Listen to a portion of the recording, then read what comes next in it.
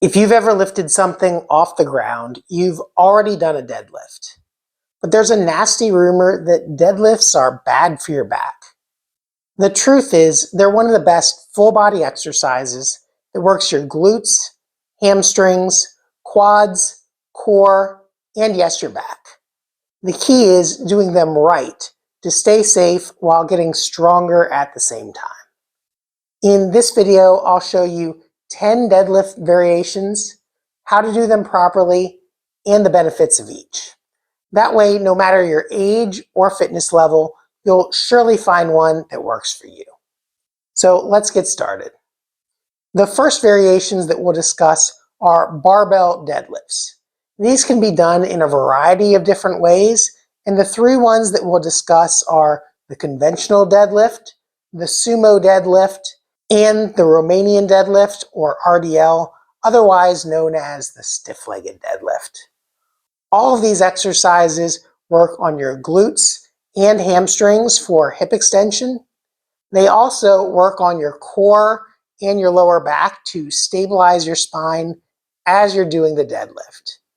And because you have to hold on to the bar, they work on your grip as well. Now, the differences between the three is that with the conventional deadlift, you set up with your feet hips width apart and grip the bar just outside of your legs. With a sumo deadlift, you take a wide stance and grip inside of your legs. In a conventional deadlift, your spine is inclined forward, although it's still in a neutral position.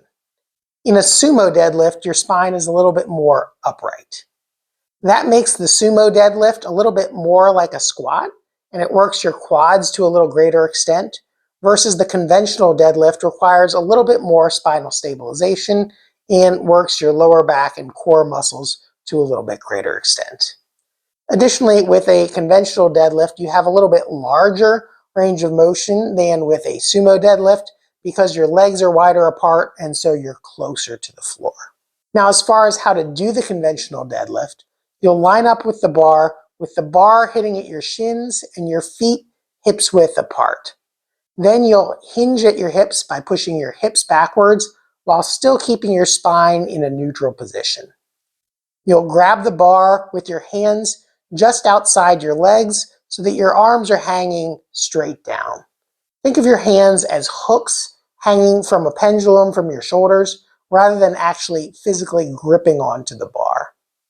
As far as your grip position, you can do a double overhand grip or you can do a mixed grip where one hand is overhand and the other hand is underhand. This sometimes helps if you have grip strength issues. It helps you to be able to hold onto the bar a little bit easier. With the sumo deadlift, the setup is going to be the same way, but your legs will be a little bit wider apart. Your hips will be externally rotated a little bit so that your feet are pointing slightly outwards, and then you're still going to allow your arms to hang straight down, gripping inside your legs with either a double overhand grip or a mixed grip with one overhand and one underhand. When you go to lift the weight from the ground, you want to first start by taking a breath in and tightening your abdominal muscles, bringing your rib cage towards your pelvis. Now with the deadlift, this is one type of exercise where you do actually want to hold your breath a little bit. As you're going up, maintaining that breath inside your core helps stabilize your spine using a Valsalva maneuver. So you'll take the breath, hold it, tighten your core, and then push your hips forwards. At the top of the deadlift, you want to lock out the lift by squeezing your glutes and pushing your hips into the bar. You don't want to hyperextend your lower back at the top of the deadlift. Once you've reached the top of the lift, breathe out and lower the weight back down to the floor. If you're doing heavy deadlifts, this is one example where you don't want to do a slow, controlled lower because you can injure your back lowering a heavy weight slowly. So allow gravity to do the work and allow the weight to come back to the floor quickly, basically just using your hands to control the position. For that reason, it's a good idea to do heavy deadlifts on a padded floor or using bumper weights or using a lifting platform. Note that this is not a back extension. Even if you're doing a traditional deadlift, the motion should be primarily from your hips and your spine should stay in the relative amount of flexion and extension throughout the movement. So just think about pushing your hips back, hips forward, hips back, hips forward.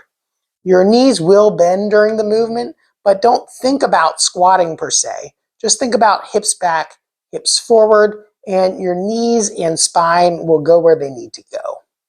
With the sumo deadlift, your knees will bend a little bit more than with the conventional deadlift, making it again a little bit more like a squat.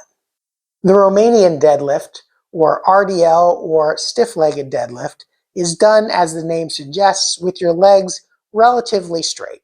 You may have a mild bend in your knees, but you're not going to bend the knees nearly as much as in a sumo deadlift or even a conventional deadlift. Typically, this will restrict your range of motion, and so often it's best to not go all the way down to the ground or to use a rack where you can set the bar down without touching it completely down to the ground. Because you're not using your legs to lift the weight, the RDL will also usually require you to use a slightly lighter weight than the other two variations. But the movement is going to be the same. Hips back, hips forward, hips back, hips forward, keeping the knees relatively in the same position and the spine relatively in the same position. So this isolates hip extension and works primarily on your glutes and hamstrings. If you're doing heavy deadlifts, it's likely that your grip may fail before the larger muscles in your glutes, hamstrings, quads, and core. So unless you're training for a powerlifting competition, it is okay to use grips or straps in order to help you maximize strength gains in your larger muscle groups without being limited by the small muscles in your forearms. Another solution would be to use a trap bar deadlift. This allows your arms to hang by your sides, and with your palms in more of a neutral position, it's likely that you'll be able to hold onto the bar with a little heavier weight than with your palms in front of you.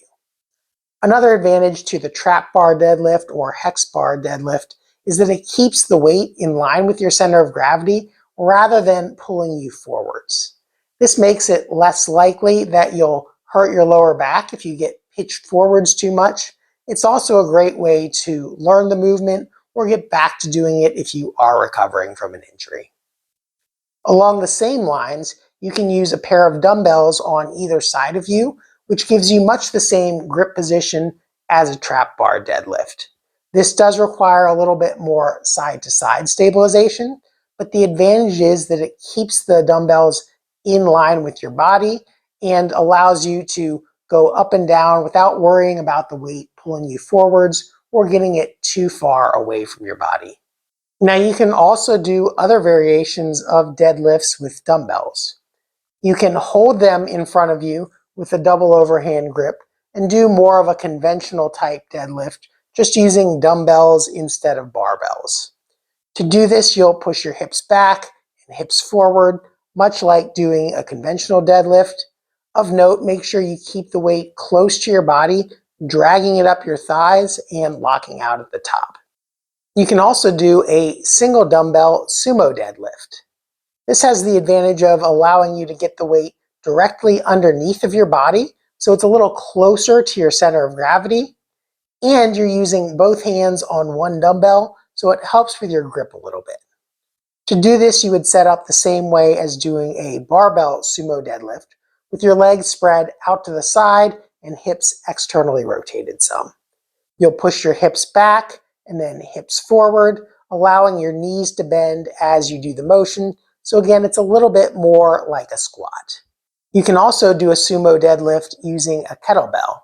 And the technique will be pretty much the same as for the single dumbbell deadlift, except your hands will be facing towards you instead of facing towards the midline.